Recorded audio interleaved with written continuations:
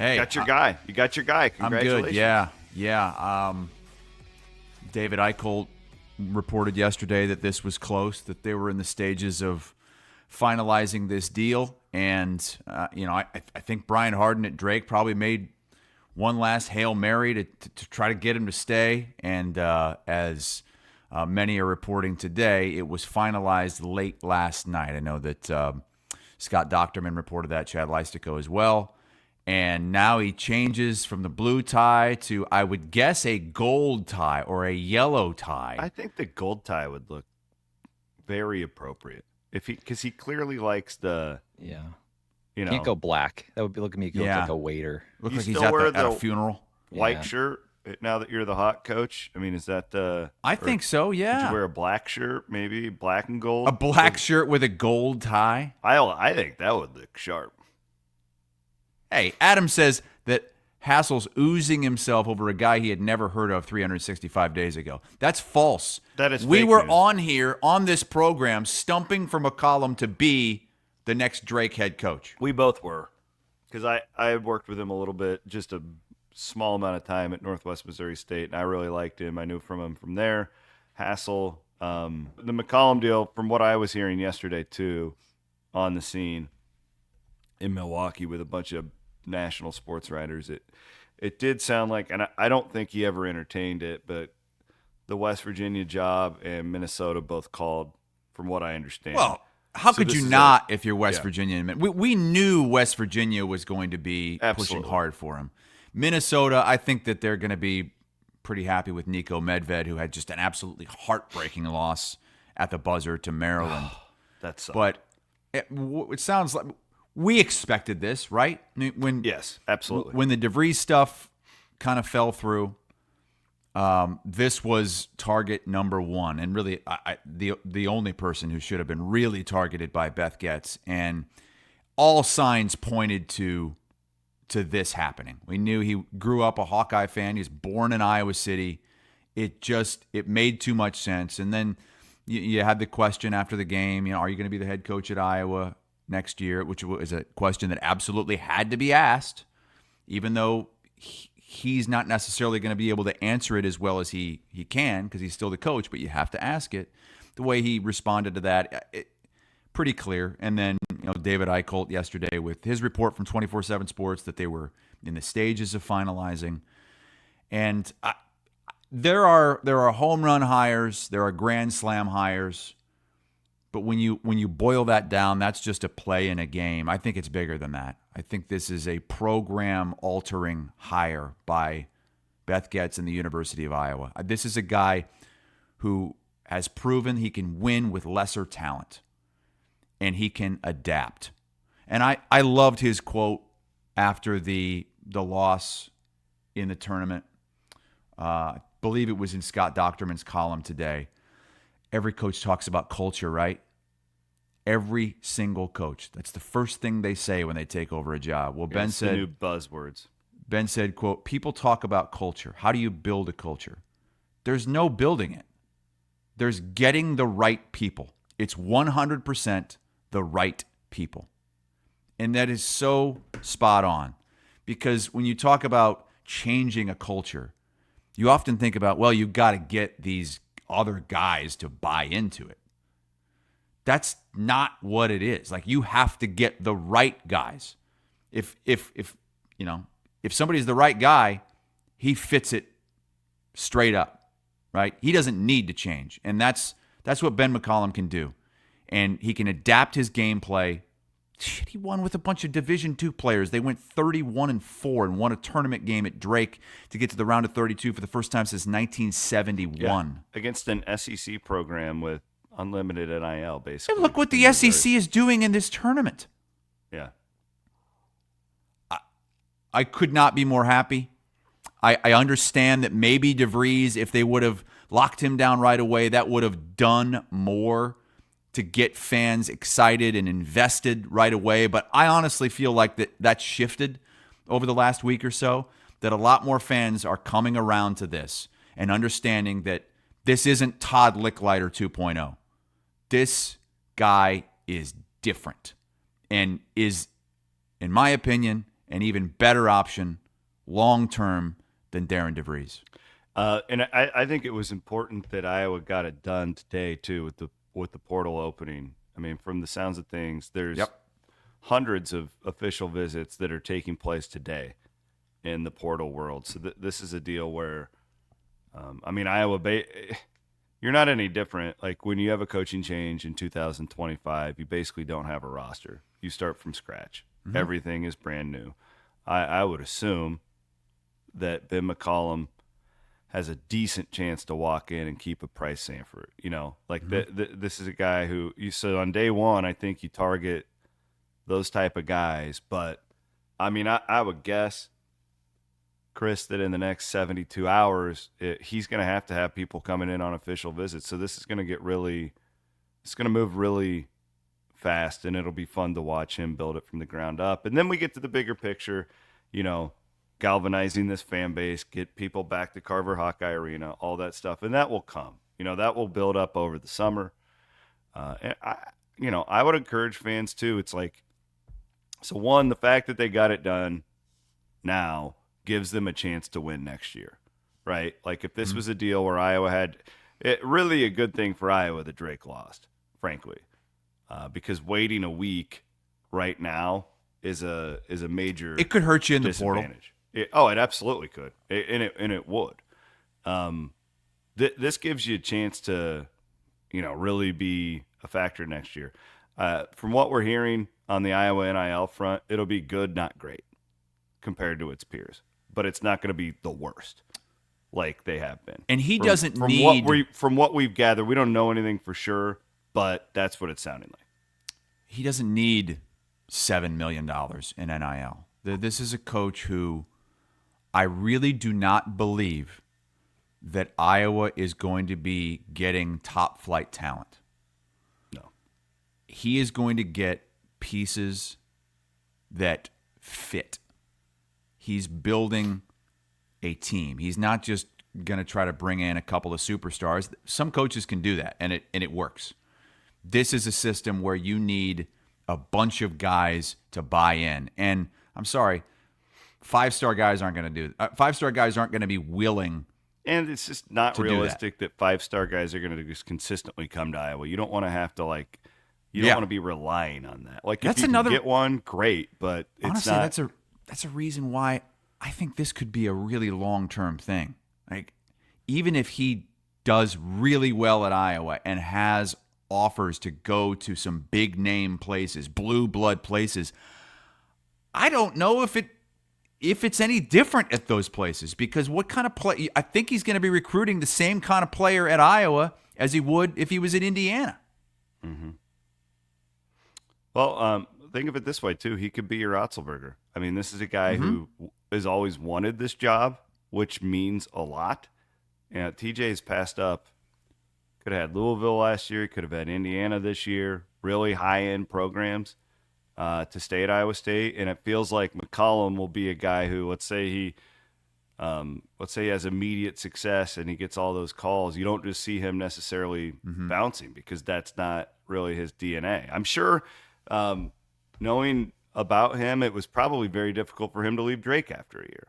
I'm guessing, just because of relationships and all that. But this was a no-brainer for him, and I'm happy for you guys. After the McCaffrey era, I know there have been some wins there and some tournaments and all of that, but it never, from the outside in, it never felt like you guys really enjoyed your basketball program for a long time. It felt very toxic as far as this portion of the fan base versus this one. You had I didn't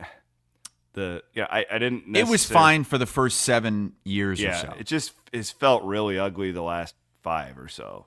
And hopefully this can bring you all together. And to that point, Williams, just taking the temperature of the fan base right now, I haven't seen the Iowa men's basketball fan base this united, probably since maybe that 2015-16, around that time, when Utah was there, and at one point they rose to top five in the country. I think that for the better part of the last decade, it's been split just with a lot of different stuff, and this is just awesome.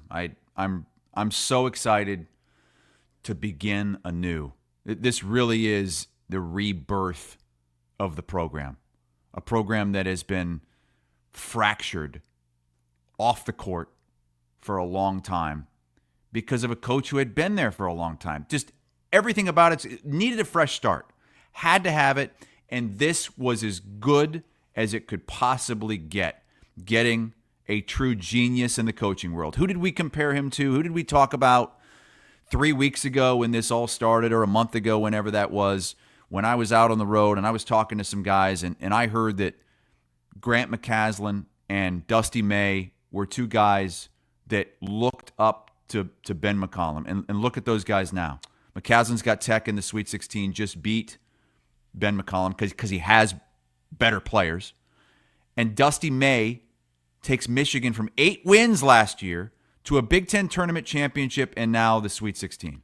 I also would like to point out how good of a job Brian Harden has done. I know I've done this a lot, but we're going to have to get to the Drake side of this at some point. And I think back to when Harden took over that job, and I was doing daily radio at the time, and we talked a lot about Drake and like what can Drake do to change the morgue that is the Knapp Center, where you just had the joke of kind of the jokes we've made about Carver lately about the ladies knitting and the blue hair and all that stuff. And Harden, think about what the Drake job was when he got the program. And you look at it now, because I'm drawing out like people who I think that Drake should target. And it's like, this is if it's not the best job in the Valley, it's one of the two. I would argue it's the best job in the Valley based on Des Moines. And I think that fan base has continued to grow. That's wild too. And I give Harden so much credit because that place was bad. It was in a bad spot after the Ray Giacoletti era.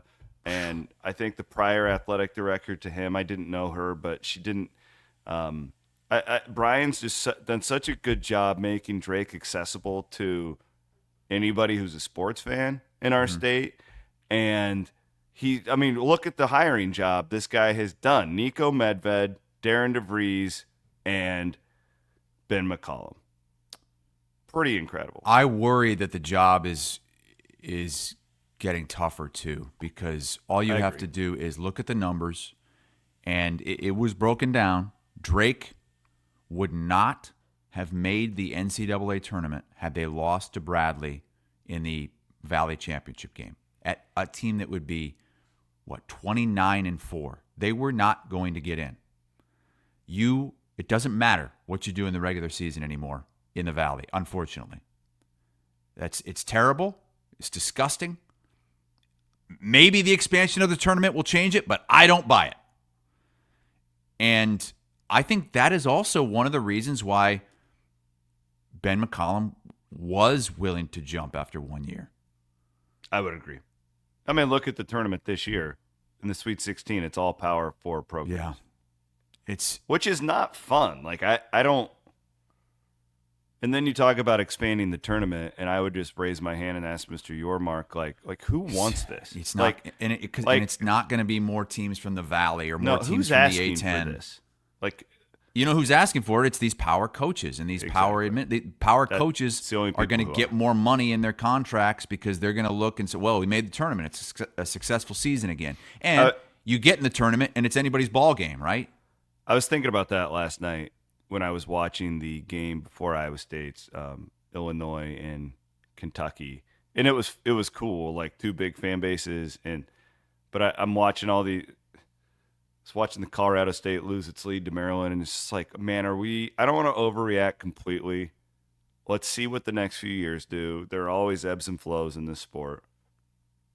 Are we past the point of like the VCU they're not a great example. They're not, I wouldn't call them like a total. I don't know. I mean, 2 years ago is when we had FAU and San Diego State, but a lot has changed in 2 years. That's my point. A lot has changed. Right? Look at all those FAU guys. They have all spread out all over the country. Yeah.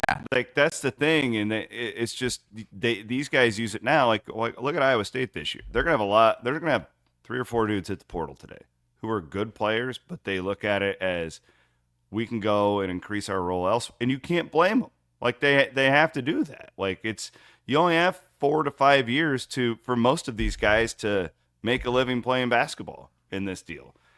And like that's what sucks. And I talked to Harden about it on my CW pod with him like a month ago. Like I feel bad for Drake fans. Like it sucks that you just can't like a guy like Bennett Sturts now. He's probably going to go to Iowa, right? Like I mean, just assuming. I would think that unless he really just wants to cash in because I'm sure he could get a lot more money elsewhere. Yeah. But that's also going to be part of the question deal, for Josh Dix as well. Like Josh Dix is going to be able to get a lot more money elsewhere. I'm sure that's, if not Ben's first call today or last night, it would be his second or his third to Josh Dix and then Price Sanford to remain on this team. I know. I mean, those guys both fit this system great. Shay asks, do we think that he brings Tyler Sash's brother with him, Josh Sash, who's on the coaching staff at Drake, coached with him, coached at Indian Hills in Ottumwa? I do. Yeah, let me jump on this when you're done. I have a thought on this. And I also really hope that Matt Gatens is a part of that staff as well. And I think there's a decent chance that happens. I think that McCollum's comment on culture tells you all you need to know. Most of these guys who are it reminds me of when Matt came to Ames, and Ferentz is just like this too. Having their guys with them is more important than being like, oh, I've got to get a guy to recruit this territory. Because they believe that the cohesiveness, I mean, that's I would argue, which is why Kirk Ferentz has had the sustained success over, God, however many years, 20 years that he has at Iowa, is because they don't have much turnover. I would be really surprised if Ben McCollum doesn't bring the majority of that staff with him. Now, the question I would have if I'm Brian Harden and I'm going to have a list, like, do you consider promoting a McCollum guy? I think it's an interesting because I do think there's an appetite at Drake to have these guys for a little bit longer, right, going forward. And I have a couple of guys on my list who I think would stay at Drake, but my lean towards the vibe I get with McCollum is that he would bring more of those guys. Now the question is, I'm not picking apart. I think this is the best hire Iowa could have done, but the interesting part will be that McCollum at D2, and then you come to like in the Valley, you can win with those guys as far as athletes go and stuff like this. Now it'll be a real test, like to see the type of player, like how athletic does he need, right? Like this will be, and I don't think you're going to be able to tell after 1 year. This is going to be probably a 2-year process. I think Iowa can very much get into the tournament next year with Ben McCollum. There's no excuse. Like it with the portal, the way all this stuff works, like it's very realistic that they could go from not having a player right now to the NCAA tournament next year. But this will be the first real challenge as far as like talent acquisition goes in his career, having to get at a different level just because of who you're recruiting against and who you're playing against. That was going to be kind of my follow-up too, as I was trying to look back and remember how early Fran made the tournament. It wasn't until year 4 when they made that first 4. Was that against Tennessee or something like that in Dayton? And lost. And it wasn't until year 5 that they made the round of 64. But again, it's just such a different world. That was a long time ago, and they were coming out of the Licklider days as well. And your developmental program and all that stuff, like we would talk about, and that doesn't exist anymore. Like what you do is you're going to take your $5 million or $4 million or whatever Iowa has, and you're going to go buy off a bunch of these mid-major guys. I mean that. And I think that the level of athlete is going to be at least a full notch above what he had at Drake, because you're going to be able to get that with more money. And in the Big Ten, you might be able to beat Missouri one game with those guys, but you're not surviving a whole year in the Big Ten, night in and night out with that sort of correct. That's the key. That level of athleticism. But that's also one of the reasons, Williams, that McCollum has said they played so slow, is because they had to. Mm-hmm. They didn't have that level of player where you could run up and down the court with these guys. That's going to be tweaked as well. I mean, we saw the numbers when he was in D2. They weren't the slowest team in D2. They were one of the most efficient offensive teams in the country. And I tell you, I just watching Drake as closely as we did in these two games, and more closely than any other time this season, I can't get over the crispness, even in the loss over the weekend, the crispness in the dribbling, the passing, the spacing of the players. And so many times a player is open, and there are several players open at once because of the way that those guys know how to run the offense. He's going to recruit a smart player, smart players that know how to get the scouting report down and that know how to run this offense to the highest level. And I don't know that I can remember an offense that, even though you're waiting until the final 5 seconds to take a shot, that moves that quickly with ball movement, player movement, and everything else. It was mesmerizing to watch. I completely agree. I don't really have anything else to add on McCollum. I think you and me have been pretty clear. We said a year ago how much we admired this guy. I've been around the D2 game a lot about 10 years ago. My mom and sister are both Northwest graduates, so I'm a little bit concerned, Chris, because they became big Drake fans this year because McCollum. Are they? Jump with him to Iowa? I don't think my mom will make the jump. I'm a little concerned. From Cox to Hawks. My sister, I think she's a big Northwest. We got a lot of Northwest pride in our family. And how did Northwest do this year without not McCollum? Good. Really? Not good. Not good. Well, but he did take most of their team with him. Sure. So yeah, that's completely understandable. Oh my God, Northwest Missouri State is 6-22 this season. God, what a change for them. You Thanks go for pulling that up, Van Winks. That would be like Ohio State football going 2-10. Hopefully that's not a sign to come for Drake. I know Brian Harden's going to bring in the right guy. Put a bow on this conversation, Hassel. Beth Getz first hire at Iowa. Give it a grade. A+. Boom. Plus. Wow. Now she also hired Jan Jensen, but that wasn't really that was a no-brainer. Yeah, that was just an elevation. That wasn't really a search. This is an A+ in my book. Oh God. Oh, this is a great post from Iowa Hoops announcing the Ben McCollum. It is a white hiring. shirt, gold tie. It's a white shirt, gold tie in a spotlight in the locker room, just hanging. Media post. Perfectly done, Iowa Hoops social media team. Man, if you're a Drake fan, this stings. That post. And listen, if I'm Iowa, I don't care. But God, that was such a cool thing to watch, like Dolph Pulliam and all those old guys wearing the white shirt, blue ties. That was. The NCAA. Right oh God, it was bench. awesome. It was so cool. I also saw this post, which I love. The first thing McCollum should do is schedule a home and home with Drake.